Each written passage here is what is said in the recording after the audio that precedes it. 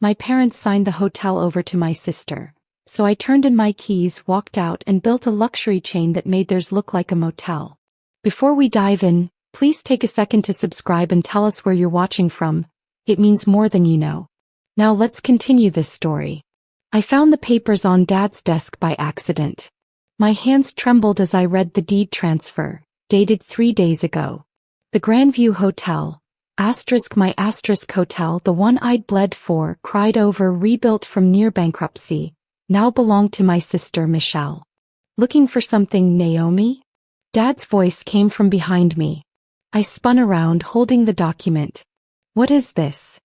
He sighed, loosening his tie. The same tie I'd bought him last Christmas. We were going to tell you this weekend. Tell me what? That you signed away 15 years of my life to Michelle? She hasn't worked a single shift here. Mom appeared in the doorway, her face carefully blank. Michelle needs this opportunity, baby. She's been struggling. Struggling. I laughed, but it came out choked. I dropped out of college to save this place when you were drowning in debt. I worked 70-hour weeks. I built this business from 20% occupancy to fully booked every weekend. And we appreciate that, Dad said, not meeting my eyes. But Michelle is family too. She needs security. I'm family. My voice cracked. I gave up everything. My degree, my relationship with Daryl, my 20s, for this hotel. Mom stepped forward. You're strong, Naomi. You'll be fine. Michelle is fragile. She needs our support. The word hung in the air like poison. Fragile. As if strength was a punishment, not a virtue. Where is she? I whispered. Hawaii, Dad admitted. With her boyfriend. They're celebrating. That's when I knew. They planned this. While I was negotiating with suppliers and training new staff, they were transferring my legacy to their favorite daughter. I carefully placed the papers back on the desk. I see. Naomi. I understand perfectly. I walked out, my spine straight, refusing to let them see me break. The next morning I arrived at the hotel at 5 a.m. like always. The lobby gleamed. I'd personally supervised the renovation last year, choosing every tile, every light fixture. The scent of fresh coffee drifted from the cafe, where Teresa, our morning manager, was setting up. Morning, Naomi, she called cheerfully. I couldn't respond. My throat was too tight. In my office I sat staring at the framed photo on my desk. Me at 22, covered in paint, grinning beside Mom and Dad during the grand reopening. I'd believed we were building something together. A family legacy. My phone buzzed. Michelle's Instagram story. Champagne on a beach. Caption reading, New beginnings. Dreams really do come true. I threw up in my trash can. At noon, my parents arrived with Michelle's boyfriend, Jordan. Not Michelle, just Jordan. Naomi, this is Jordan Wells, Dad announced proudly. He's a business consultant. He'll be helping transition the management. Jordan extended his hand. Mid-30s, expensive suit, practice smile. I've heard great things. Looking forward to streamlining operations. Streamlining. I ignored his hand. There's redundancy in staffing, he said, pulling out a tablet. Once we eliminate inefficiencies. Those inefficiencies are people, I interrupted. Teresa's worked here 12 years. Miguel's been our head chef for 8. They're not line items. Business isn't personal, Jordan said smoothly. This business was built on personal, I shot back. Every employee here stayed during the bankruptcy because I personally promised them we'd survive together. We became family. Mom touched my arm. Honey, Jordan knows what he's doing. Michelle trusts him. Michelle's been here twice this year. My voice rose. She doesn't know anyone's names. Exactly why she needs professional help, Dad said. You're too emotionally attached, Naomi. That's not sustainable. The words hit like a slap. Too emotionally attached. To the business I'd saved. To the people I'd promised. I want it in writing, I said quietly. My severance. My shares. Everything. Dad's face hardened. You don't have shares. You're an employee. The room tilted. What? We never formalized any ownership agreement, Mom said gently. The hotel has always been ours. I stood frozen, trying to process their words. 15 years. No equity. No ownership. Nothing. You promised, I whispered. When I left college, you promised this would be mine someday. Plans change, sweetie, Mom said, her tone suggesting I was being unreasonable. We need to think about both our daughters. I want to see the original promise in writing, I demanded. Dad's expression shifted, guilty. We discussed it verbally. Nothing was ever documented. My legs felt weak. I trusted them completely. Never asked for contracts or formal agreements because they were my parents. The betrayal cut deeper than any business deal. So I have nothing, I said flatly. 15 years and I have nothing. You have experience, Jordan offered as if that was consolation. Great recommendations. You could manage any hotel. I don't want any hotel. I want this hotel. I built this hotel.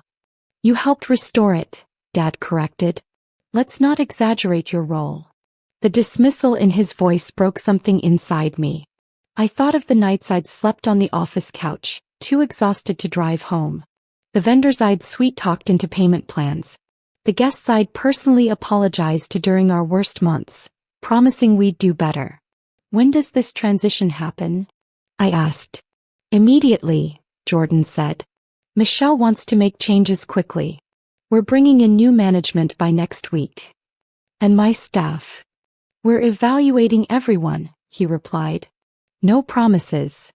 I looked at my parents. You're really doing this. You're erasing me. Mom's eyes glistened. Don't be dramatic. You'll always be our daughter. Just not the daughter who deserves what she earned. I grabbed my bag. I need air. Outside I called my best friend Laura. She answered on the first ring. They did what? She exploded after I explained.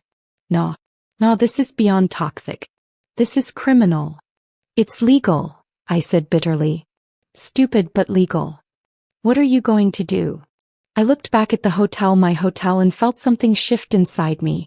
I'm going to show them what a mistake looks like. Monday morning, I dressed in my best suit. The navy one I'd bought for investor meetings that never happened because my parents preferred family funding. I arrived at the hotel carrying a box. Teresa saw me first. Naomi? What's with the box? Call everyone to the lobby, I said. Emergency staff meeting. Within 10 minutes, 23 employees gathered, confused and concerned. These were my people. Carmen, who worked nights to support her 3 kids. Deshaun, who'd started as a teenager and worked his way up to assistant manager. Miguel, whose recipes had made our restaurant the hotel's biggest draw. My parents weren't there. Neither was Jordan. Perfect. I want you all to hear this from me, I began, my voice steady despite my racing heart. As of today, I no longer work here. Gasps rippled through the crowd. The hotel has been transferred to my sister, Michelle. New management will be taking over, and I'm told everyone's position is being evaluated. What does that mean? Carmen asked, fear in her eyes. It means they're bringing in consultants who see you as expenses, not people. It means everything we built together, our family culture, our values, that's over. But you can fight this, Deshaun said. You are this hotel. I smiled sadly. I was never given ownership. I was just labor. Free labor, as it turns out. Teresa's face flushed with anger. That's not right. Your parents can't just. They can. And they did. I set the box on the front desk. Inside were my keys, my employee badge, my name tag. 15 years reduced to a shoebox. I wanted you all to know that whatever happens next isn't your fault. You're incredible at your jobs. You deserve better than this. What will you do? Miguel asked. I thought about the business plan I'd sketched out at 3 a.m., fueled by rage and heartbreak. I'm going to build something better. Something that appreciates loyalty. Can we come with you? Deshaun asked immediately. The question stunned me. I don't have anything yet. Just ideas. Ideas from you are better than reality from them, Teresa said firmly. Several people nodded. My phone buzzed. Dad, *, where are you? We need to discuss your departure professionally. Asterisk. I held up the phone. They want a professional goodbye. After 15 years of my life. I typed back, check the front desk. Then I blocked his number. I met Laura at her office downtown. She was a corporate lawyer, razor-sharp and fiercely protective. Her conference room had a view of the city skyline, a stark contrast to my hotel's suburban location. Tell me everything, she said, recorder ready. I walked her through it all. The verbal promises, the lack of documentation, the sudden transfer, Jordan's dismissive attitude. She took notes, her jaw tightening with each detail. Legally, you don't have much, she admitted finally. Verbal agreements are nearly impossible to prove, especially against family. I know.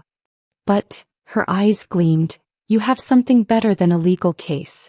You have institutional knowledge, relationships, and a reputation. Your parents just handed you the greatest motivation possible, revenge. I don't want revenge, I said. I want justice. In business, they're the same thing. She pulled out her laptop. Let's talk capital. You'll need investors. I have 30,000 in savings, I said. Everything I've managed to put away while working for free. Not enough for a hotel. What about a boutique property? Something small but luxurious. A proof of concept. Laura grinned.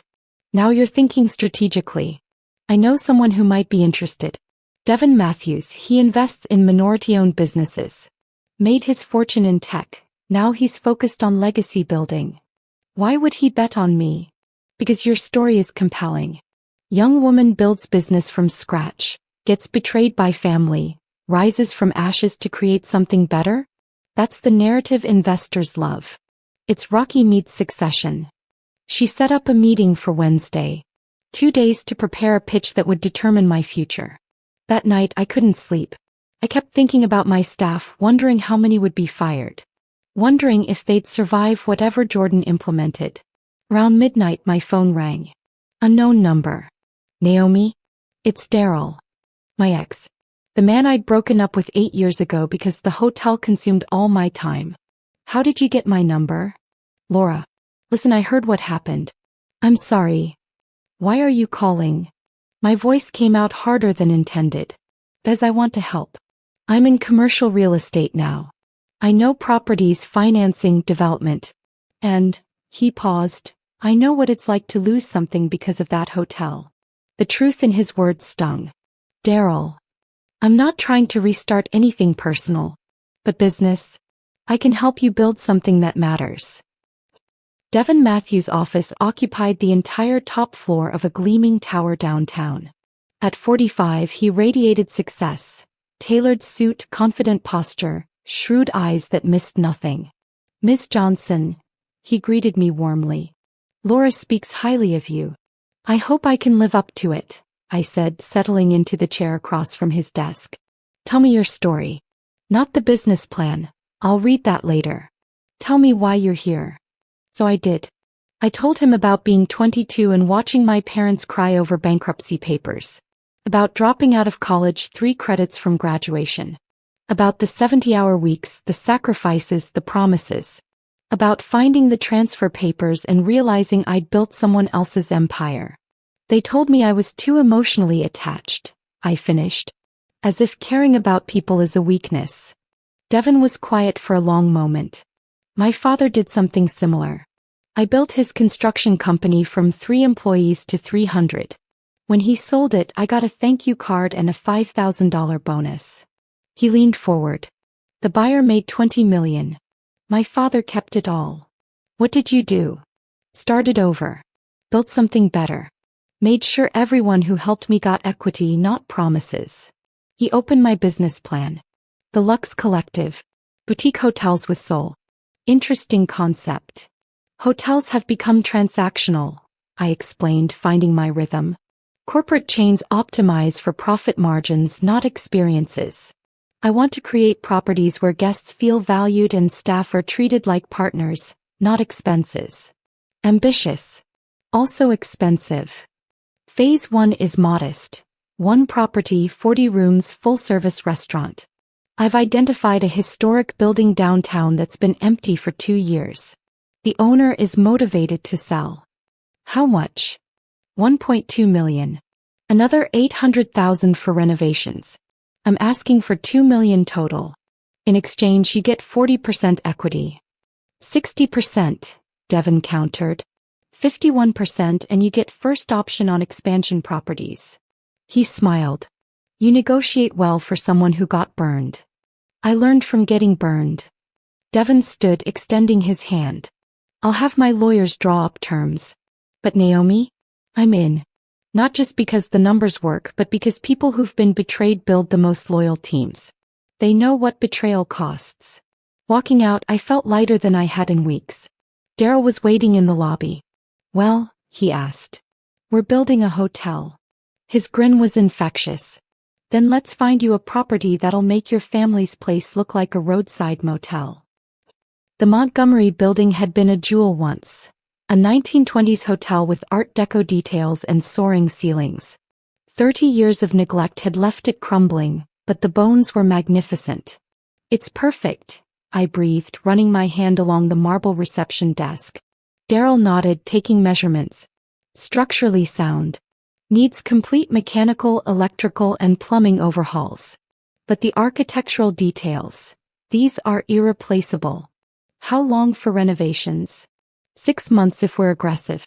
8 if we're realistic. We'll do 6. He raised an eyebrow. Naomi. My parents' busy season starts in 6 months. I want to be open before their summer rush, offering everything they can't. I pulled out my phone, showing him my concept boards. Rooftop restaurant. Spa services. Personal concierge for every guest. And profit sharing for all employees. That'll cut into margins. It'll build loyalty. People don't leave jobs where they're valued. Over the next week I assembled my team. Teresa agreed to leave the Grandview immediately, becoming my operations director. Deshawn joined as guest services manager. Miguel committed to designing the restaurant once construction finished. Carmen took a leap of faith, quitting to become head of housekeeping. Your parents aren't happy, Teresa warned during our first official meeting. Jordan's been calling around, telling people we're unprofessional for leaving. Let him talk, I said. Our work will speak louder. But I underestimated how dirty they'd fight. 2 days later, Michelle posted on social media. *sad when family chooses ambition over loyalty. Wishing my sister well though her choices hurt. The comments poured in, people who didn't know the truth defending her, calling me selfish and ungrateful. Laura found me crying in my car that evening. Don't read the comments. She's rewriting history. Making me the villain. So tell your story. Not on social media. That's her battlefield. Tell it through success. She grabbed my shoulders. Build something so undeniable that the truth becomes obvious. I wiped my eyes. You're right. I know. Now come on. Daryl found vintage light fixtures that'll make your lobby look like a palace. That night I blocked Michelle on every platform. If she wanted to lie, she could do it without my witness. Construction was ahead of schedule until the permits got mysteriously delayed. The city inspector suddenly found violations that didn't exist. Our contractor received anonymous complaints about noise, despite being within legal hours. Someone's interfering, Daryl said, frustrated. These delays are coordinated. I knew who. A week earlier, Dad had shown up at the construction site unannounced. Impressive, he'd said, surveying the gutted lobby. You're actually doing this. Did you think I wouldn't? I thought you'd cool down, maybe ask to come back. Michelle's struggling with the responsibility. That's not my problem anymore. His face hardened. Don't be vindictive, Naomi. This town isn't big enough for competing hotels. Then maybe you should have thought about that before betraying me. He'd left angry. 2 days later the permit problems started. Laura dug into it, discovering Jordan had connections with a city councilman. He was using those connections to slow us down. Can we prove it? I asked. Not definitively. But I can make noise. File complaints, request investigations. Make it more trouble than it's worth to keep harassing you. While Laura fought bureaucratic battles, I focused on the business. I interviewed 60 candidates for 20 positions, choosing people whose values aligned with our mission. Each interview ended with the same question: why do you want to work here? The best answer came from a young woman named Ashley. Because you're building something that respects people. I'm tired of being a number. By month 4, despite the sabotage, we were progressing. The lobby's Art Deco details had been restored, the guest rooms were being framed, and Miguel's test kitchen was operational. Then the fire happened. I got the call at 2 a.m. Miss Johnson? This is Fire Chief Williams. Your property on Montgomery Street has a situation. My heart stopped. How bad? Contained to the south wing. Looks like electrical, but we're investigating. I arrived to find Daryl already there, soot-stained and furious. This wasn't an accident. The fire marshal confirmed it 3 days later. Arson. Someone had deliberately set a fire in our electrical panel room. Who would do this? Teresa asked, though we all knew. We can't prove anything, I said tiredly. But we know, Deshawn said darkly. The setback cost us 6 weeks and $100,000. Devon considered pulling funding. I'm all in, he finally decided. But Naomi, you need security. Cameras. Night guards. Whoever did this might try again. Despite everything, we opened on schedule. The Lux Montgomery's grand opening was intentionally understated. No media circus, just a soft launch for invited guests and local business owners. The property exceeded my vision. Crystal chandeliers cast warm light across restored marble. The rooftop restaurant, Elevation, offered panoramic city views. Each of the 40 rooms featured custom furnishings and original artwork from local artists. It's beautiful, Teresa whispered, surveying the lobby on opening night. Our first guest was a businesswoman named Angela Green, in town for a conference. She'd stayed at the Grandview twice and left unimpressed both times. This is different, she said, checking in. Feels intentional. Like someone cares. We do, I assured her. If you need anything at all, just ask.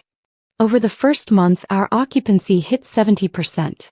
Reviews were glowing. Boutique luxury with genuine hospitality.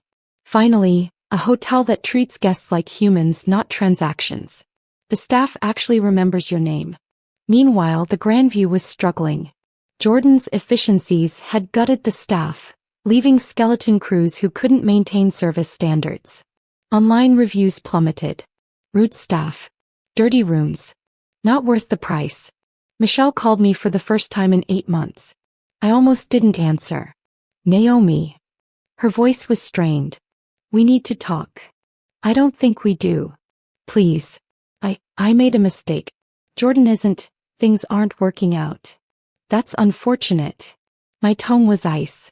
Mom and Dad are talking about selling. They can't sustain the losses. If they do, Jordan gets a percentage as consultant. He'll walk away with money while we lose everything. You'll lose everything, I corrected. I already lost everything. I'm building something new. Can't you help? For Mom and Dad? They're your parents too. The audacity stunned me. You took my life's work and you want me to save you from the consequences? No. Naomi. I hope you learn something from this, Michelle. I hope you learn that nothing worth having comes without effort. That loyalty matters. That you can't just take what others build and expect it to sustain itself. I paused. But mostly, I hope you learn what it feels like to lose everything you thought was yours. Goodbye. I blocked her number, hands shaking but heart steady. Laura high-fived me later. Cold-blooded. I'm proud. I'm not being vindictive. I'm protecting my peace.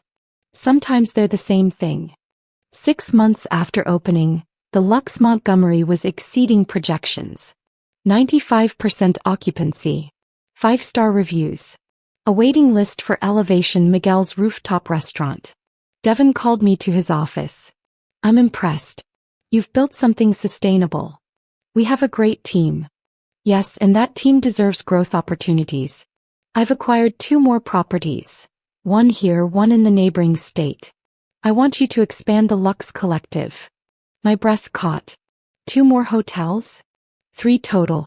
Each with its own character but unified brand values. You'll need to hire regional management, but I want you overseeing the vision. Devon, I can't thank you enough. Thank me by succeeding. And by accepting this. He slid a document across his desk. Revised partnership agreement. You're now a 51% owner. Tears blurred my vision. But our agreement was for one property. You've proven you can build an empire. I want you to have controlling interest. This should always be yours. I thought about my parents who'd given me nothing. About Devon who barely knew me giving me everything. I won't let you down. I know. That's why I'm betting on you. The second property was a beachfront resort that needed complete reimagining. The third was a historic mountain lodge. Both had been mismanaged, both had potential. I hired carefully, promoting from within where possible. Deshawn became Regional Operations Director. Teresa took over Montgomery as General Manager. Carmen trained housekeeping teams across all properties. We opened the beach resort 11 months later. The mountain lodge 6 months after that. Each opening was met with enthusiasm, strong bookings and glowing reviews. The Lux Collective isn't just a hotel chain, it's a hospitality philosophy. Meanwhile, the Grandview had been sold. Jordan took his consultant fee and disappeared. My parents tried calling. I didn't answer. They left voicemails. We made mistakes. We're sorry. We're proud of what you've built. Can we talk? Each message hurt a little less. I was building something too important to be derailed by their regret. Michelle tried showing up at Montgomery. Security turned her away. She's family, the guard said uncertainly. She's a stranger, I corrected. And we don't allow solicitors. He didn't argue again. Success, I learned, was the best response to betrayal. Not because it proved them wrong, they'd always been wrong. But because it proved I was stronger than their worst treatment. The Hospitality Industry Awards were the Super Bowl of hotel management. I'd never attended as a guest, only as staff at industry conferences. This year, the Lux Collective was nominated for 5 awards. Best New Hotel Chain, Excellence in Employee Relations, Sustainability Initiative of the Year, Best Boutique Property and Hotelier of the Year. We won't win, I told my team. Just being nominated is incredible. Bet you're wrong, Daryl said. He'd become a close friend again, sometimes more, though we moved slowly. Healing took time. The ceremony was in a ballroom that held 800 people. I wore a golden gown, feeling both powerful and terrified. We won Excellence in Employee Relations first. Teresa accepted the award, her speech moving the audience. This award belongs to Naomi Johnson, who proved that treating people with dignity isn't just moral, it's profitable. And to every employee across our 3 properties, thank you for believing that work can be more than a paycheck. Next was Sustainability Initiative, another win. Best Boutique Property. Montgomery took it, beating chains with 50 times our budget. When they announced Hotelier of the Year, my heart raced. This award recognizes vision, leadership and transformative impact on the industry. This year's recipient started with nothing but determination and built a hospitality empire that puts humanity first. The winner is Naomi Johnson, the Lux Collective. The applause was thunderous. I walked to the stage in a daze. 3 years ago, I said, gripping the award, I lost everything I'd built. I was betrayed by people I trusted, dismissed as too emotional, told my work didn't matter. Standing here tonight, I want every person who's been overlooked, undervalued, or betrayed to know. Your worth isn't determined by those who failed to see it. Build something that reflects your values. Surround yourself with people who appreciate loyalty. And never ever settle for being treated as less than you deserve. The standing ovation lasted 3 minutes. Backstage, a reporter asked, Your family owned the Grandview Hotel, which recently closed. Any comment? I thought carefully. I wish them well.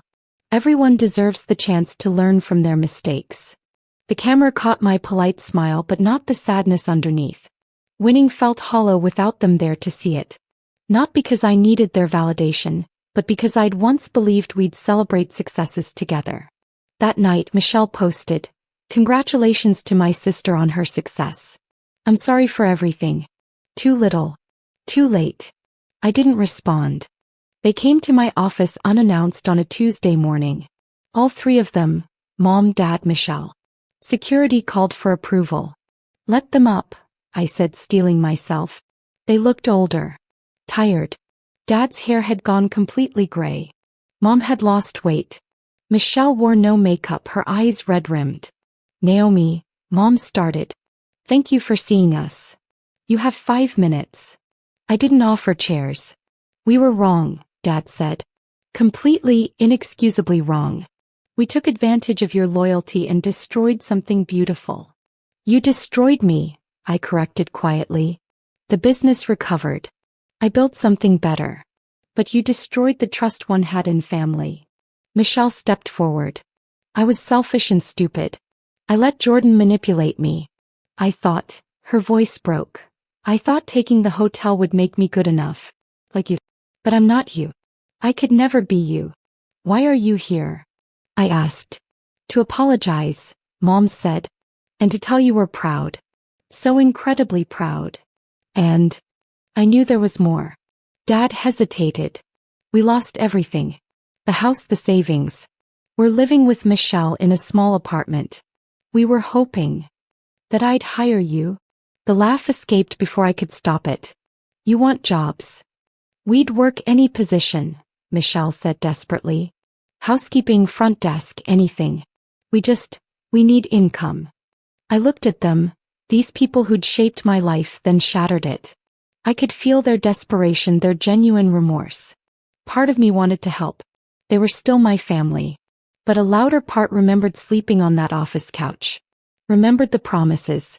Remembered being erased. No, I said simply. Naomi, please. Mom's voice cracked. You taught me business isn't personal, remember? You taught me that efficiency matters more than loyalty. You taught me that family means nothing when opportunity calls. I stood. I learned those lessons well. Thank you for that education. We made mistakes, Dad pleaded. But we're still your parents. Parents protect their children. They honor their sacrifices. They keep their promises. My voice remained steady. You're the people who gave birth to me. That's biology, not family. So this is revenge? Michelle asked bitterly. No. This is boundaries. This is protecting what I've built from people who've proven they can't be trusted. This is choosing myself after a lifetime of choosing you. They left quietly. No arguments, no fights. Just 3 broken people carrying the weight of their choices. I cried after they left. Not for what I'd lost, but for what we could have been. For the family that had existed in my imagination but never in reality. 2 years later, the Lux Collective operated 12 properties across 5 states.